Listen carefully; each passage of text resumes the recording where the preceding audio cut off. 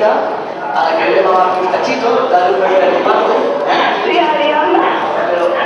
Pero vamos a ver, ¿cómo estás de contenta? Muchísimo, muchísimo, muchísimo.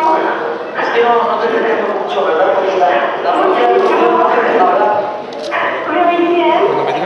Bueno, oye, ¿con quién estás en casa? Estoy con mi familia, con mi pareja y con unos amigos.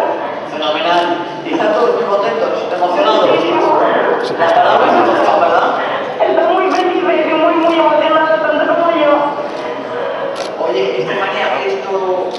Bueno, yo creo que lo que procede en este momento, después del gran aplauso que has oído, efectivamente, de Falla, del rector y de todos los demás presidentes que están aquí, pues lo primero que creo que debemos hacer es que yo te invite a dar un primer mensaje a todo el mundo fallero, que tú vas a ser la máxima autoridad.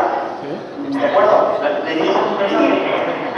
Quería dar las gracias a todos los jurados que han confiado en mí para que el día de hoy sea posible decirles al mundo fallero que voy a intentar hacer lo mejor posible, de que voy a dar todo de mí para que sea orgulloso de su fallera mayor.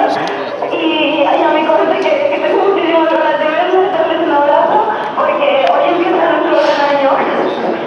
Efectivamente, hoy empieza vuestro gran año y nuestro gran año, porque es el año de las fallas, hoy comienza el ciclo de las fallas del año 15 y eso es el gran ciclo de todos los valencianos.